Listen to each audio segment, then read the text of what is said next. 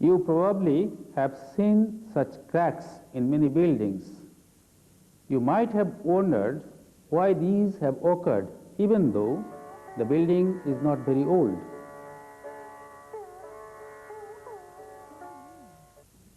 These cracks actually indicate the deterioration of concrete due to unfavorable environment around the concrete structures.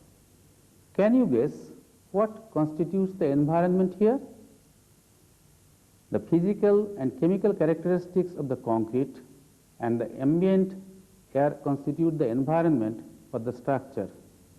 We can classify important agents of the environment into three broad categories like physical, mechanical and chemical. Temperature, frost action, concrete cover to reinforcement and porosity of concrete, etc. constitute the physical agent. The examples of mechanical agents are abrasion, vibration, impact, etc. The reactive chemical agents of the environment of a concrete structure consist mainly of calcium hydroxide of the cement concrete and gases like carbon dioxide, carbon monoxide, oxygen, moisture and various other chemicals of the atmosphere. So, today we shall discuss the problem of corrosion of the reinforcing bars resulting from the effects of these physical and chemical agents, and we will show you how to overcome the problem. Let us first examine how these cracks developed in the slabs, beams and columns which are the structural members of a building. Do you think the reinforcing steel in concrete structures should usually corrode? The answer is no. Let me explain this with a diagram. Calcium hydroxide present in the concrete forms a protective environment around the reinforcing steel to prevent corrosion. If the concrete is highly permeable, air and moisture get entry into the concrete easily and a series of chemical reactions takes place inside the concrete. One such reaction is formation of carbonic acid in the reinforced concrete through a chemical reaction of carbon dioxide and moisture present in the permeated air. Carbonic acid is also formed due to reaction of carbon monoxide in the air with the moisture and oxygen. This carbonic acid starts reacting with calcium hydroxide present in the concrete and converts it into calcium carbonate. This process is called carbonation. As a result of this carbonation, the pH value of the concrete is reduced and chloride-induced corrosion of reinforcement is accelerated. Also, when carbonation takes place under insufficient moisture condition, especially during the dry winter season, carbonation shrinkage takes place. This leads to increased permeability of the concrete, which in turn helps further corrosion of this reinforcement during the rainy season.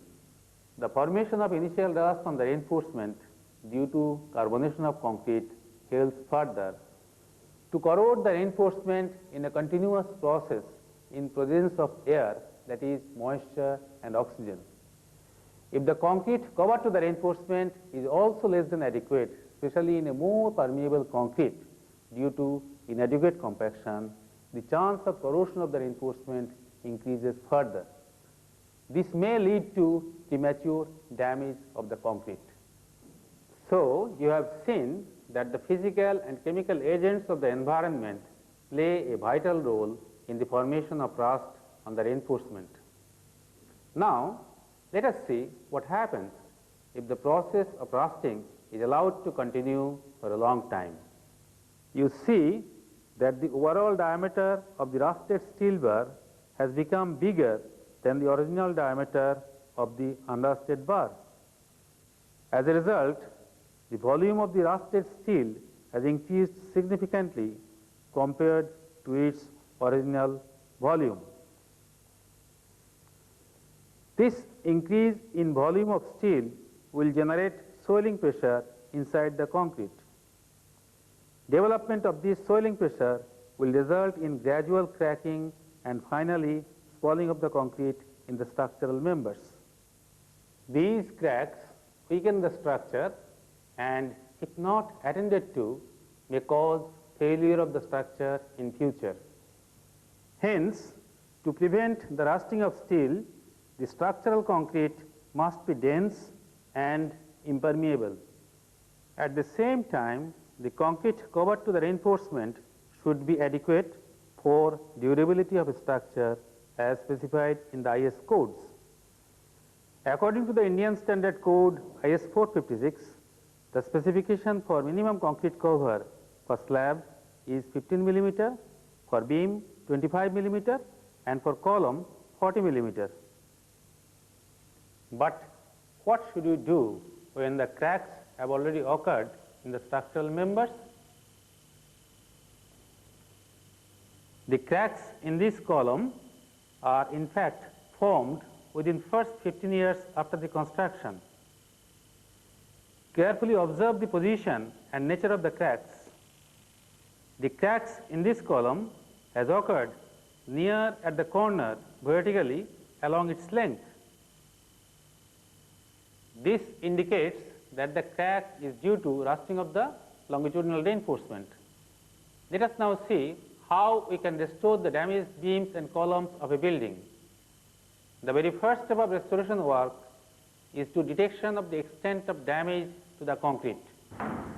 And the detection is done by hammering on the column and beam surfaces. The hollowness of the hammering sound indicates the locations of the damaged concrete.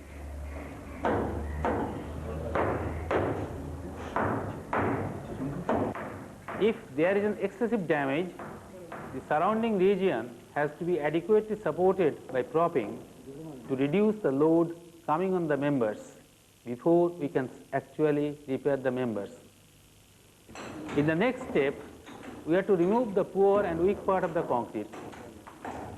This is done by chipping operation.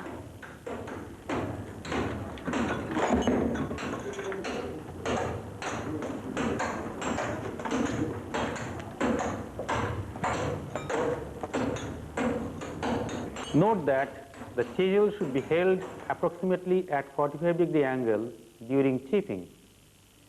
This will help an easy and smooth operation of the chisel during chipping. Only on removal of the damaged portion of the concrete by chipping operation, the original undamaged concrete surface will be exposed to you. Watch carefully the nature of the surface. It is highly porous. This indicates inadequate compaction during casting of the column. High water to cement ratio also adds to porousness and therefore permeability of concrete. Have you noticed carefully the thickness of the concrete cover? Here, the thickness of the cover from the front face is much less than that of the side face. Let me explain this with a diagram. In the actual column, the thickness of the concrete cover from the front face is just about 20 to 25 millimeter, whereas as per IS 456, the thickness should be at least 40 millimeter from each adjacent face. This porous nature of the concrete surface accelerates the rate of carbonation. As a result, and also due to reduced thickness of concrete cover, corrosion took place easily on the surface of the reinforcing bars. The amount of rust increases with the passage of time, resulting in a significant increase in the gross diameter and volume of the reinforcing bar. In course of time, the surrounding concrete could not bear the excessive pressure of this extra volume, and ultimately these tensile cracks were formed in the surrounding concrete following the paths of least resistance. So, the rusted reinforcing bars are in fact responsible for the formation of these cracks. Hence, The next step of restoration work is to remove the rust from the surface of the reinforcing burrs, and this is done with a hammer and a pointed tool. Loose scales on the surface of the burr are removed by scrubbing with a wire brush. The cleaned reinforcing burrs and the concrete surface are now ready for the remedial treatment. Various chemicals patented by different companies are available in the market for this purpose. In the present case, we shall use chemical treatment method patented by Sika Qualtrit for restoration of damaged beams and columns. At first, an anti-corrosive chemical, Armatec 108, is coated on the cleaned reinforcing burrs to prevent any further corrosion in future. And thereafter, Sikalate, a special type of latex solution, is used with cement slurry to ensure proper bonding between the old and the fresh concrete. Now watch carefully the actual process of this chemical treatment. Armatec 108 has two parts, liquid and powder components. Just before use, these two chemicals are mixed together. The ratio of liquid to powder should be 1:3 by volume. Watch carefully the actual process.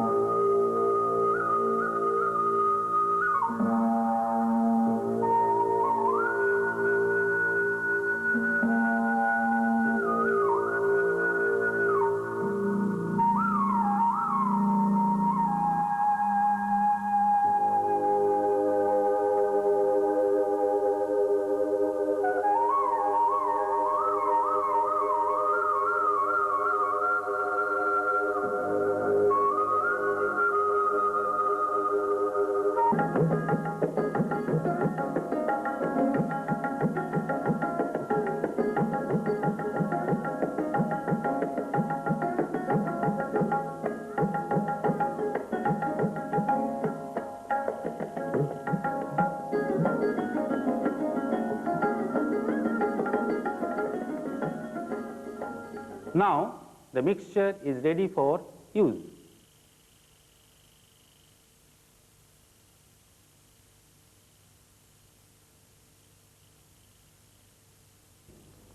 A brush is used to ensure uniform application.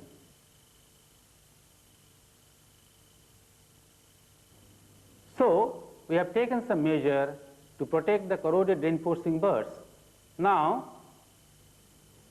this exposed surface has to be covered with fresh concrete so that the damaged part of the structure is restored to its original size and shape. Here the problem is, how can you ensure proper bonding between the old and the fresh concrete? In fact, this is ensured by using bonding material in the junction. Now watch carefully the process of making this bonding material.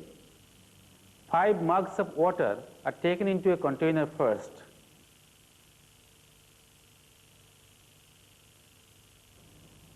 Then this chemical with the brand name Sikalate has to be added. Here 1 mug of Sikalate is taken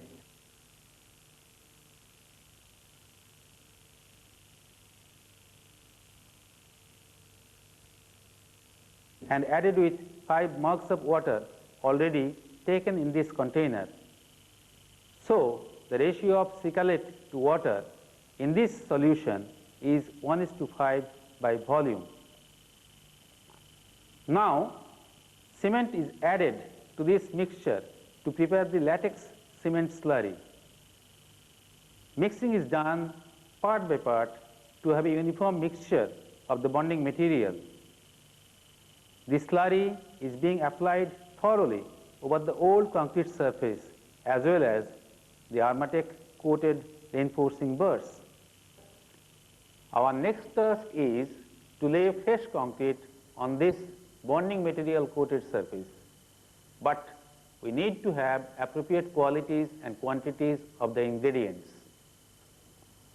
Here, 6 millimeter down stone chips are being cleaned and washed with clean water. Similarly, sand is also being screened. Both of these are to be used for preparation of concrete. A plasticizer is also added to the concrete mix. This plasticizer helps to increase the plasticity of the mix so that its workability is increased. Thus, the necessary water to cement ratio for the required workability is reduced. This results in decrease in permeability and an increase in the strength of concrete. The plasticizer with the brand name Plastimint BB40 is being used in this case.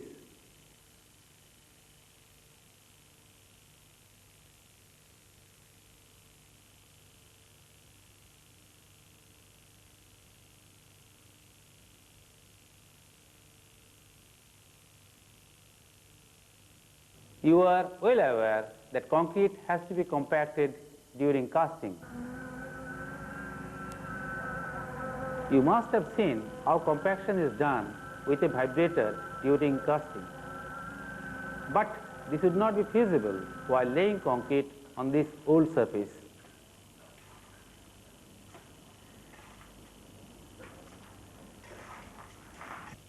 For this, in such cases, after the hard setting of the fresh concrete, a special technique is applied. This is known as grouting operation.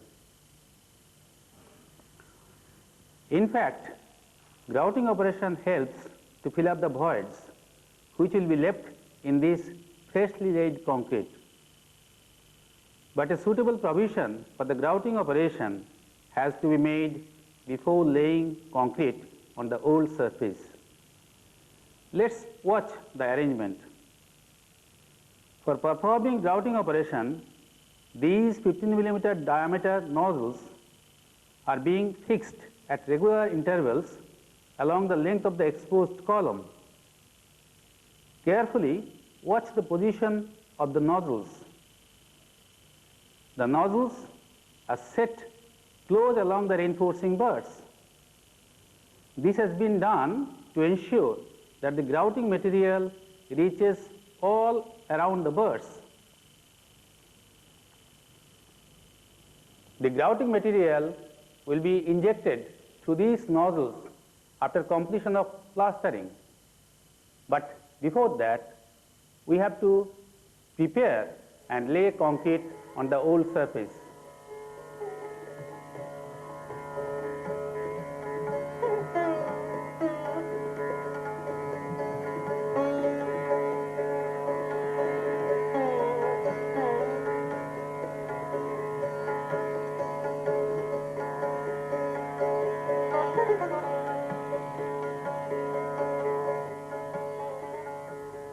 The normal Portland cement is being mixed with the pre-washed sand and 6 millimeter down stone chips in 1:2:4 ratio by volume.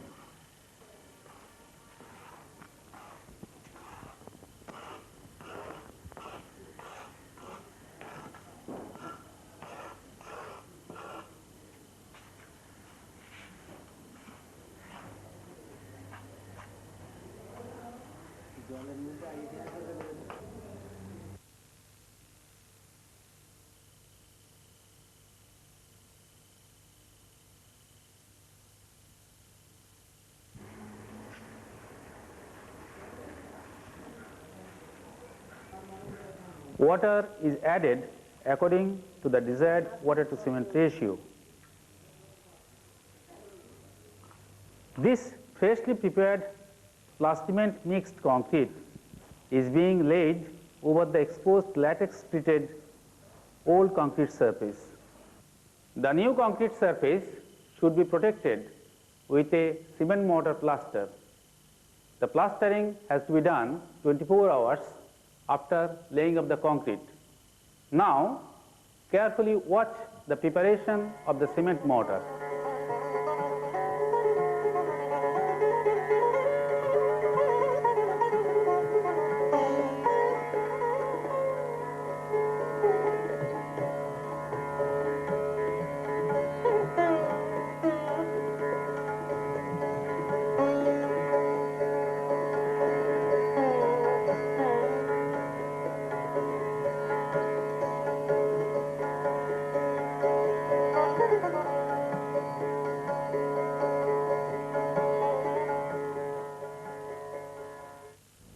Eight units of sand and 2 units of cement are being taken first. So here the ratio of cement to sand is 2:8 or 1:4.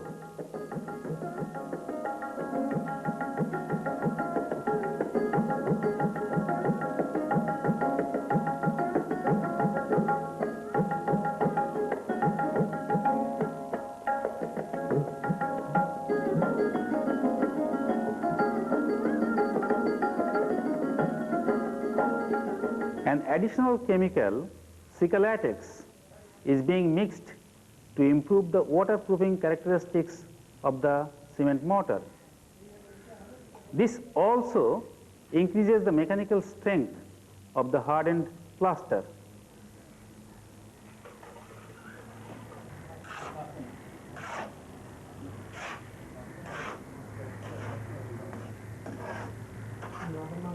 To ensure rigid bonding between the freshly laid concrete surface and the plaster, once again a latex cement slurry is coated on this concrete surface.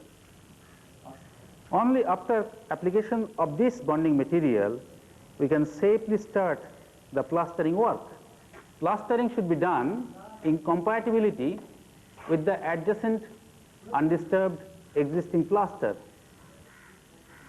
Can you identify these holes on the plastered column? Well, these are in fact the ends of same nozzles fixed earlier for injecting the grouting material. The grouting material will fill up the existing voids, if any, and make the concrete dense and relatively impermeable. Let us have a quick glimpse of the preparation of the grouting material. Grouting material contains these two ingredients, cement and a chemical, commercially known as Intraplast EP in this case. The mix is being prepared.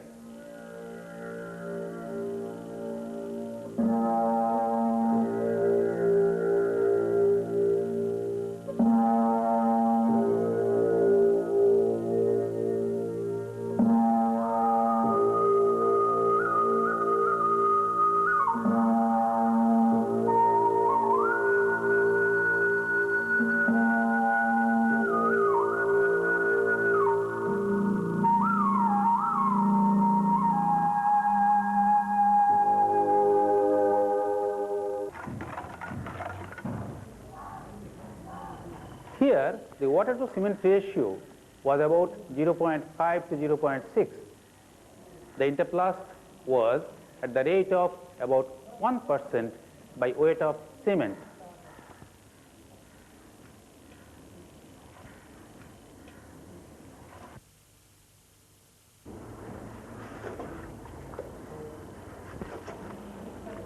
Now, this mixture is taken in a small container for grouting. With the help of a pumping device, the grouting material is injected through the nozzles under a pressure of 3 kg per centimeter square. The operation is started at the bottommost nozzle and continued upwards. On completion of grouting, the holes are finally plastered carefully.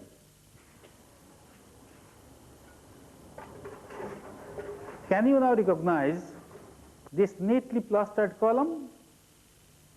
Yes, it is the same column with plenty of cracks outside and corroded reinforcing burrs inside that really seemed to be very unsafe. So, the first step in ensuring durability of a concrete structure is to provide a favorable environment in and around its concrete and reinforcement, and maintaining the appropriate thickness of the concrete cover to the reinforcement as per standard norms. The concrete quality can be achieved by having appropriate properties of ingredients, maintaining the correct proportion of ingredients, including water to cement ratio, and ensuring adequate mixing, compaction, finishing, and curing. But if the deterioration has already started, you need to take up the restoration work without much delay. An effective restoration is done by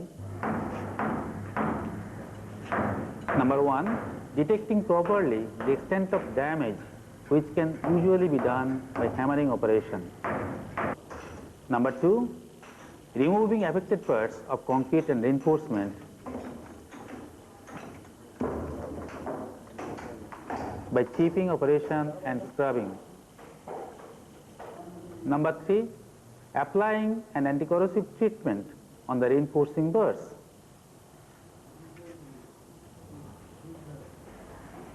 Number 4, using a bonding material in between the old and freshly laid concrete. Number 5, casting concrete with a suitable admixture for the required strength and protection of reinforcement. Number 6, applying once again a bonding material over the freshly laid concrete before plastering, and next plastering with cement mortar with an added admixture for restoration of original size and shape, and finally number 8, injecting grouting material for filling up the voids inside for reduced permeability.